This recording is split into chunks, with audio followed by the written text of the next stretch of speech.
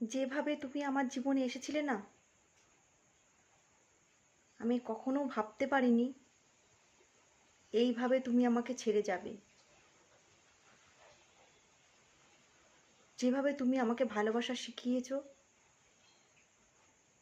আমি ভেবে নিয়েছিলাম তুমি সবার থেকে হয়তো আলাদা।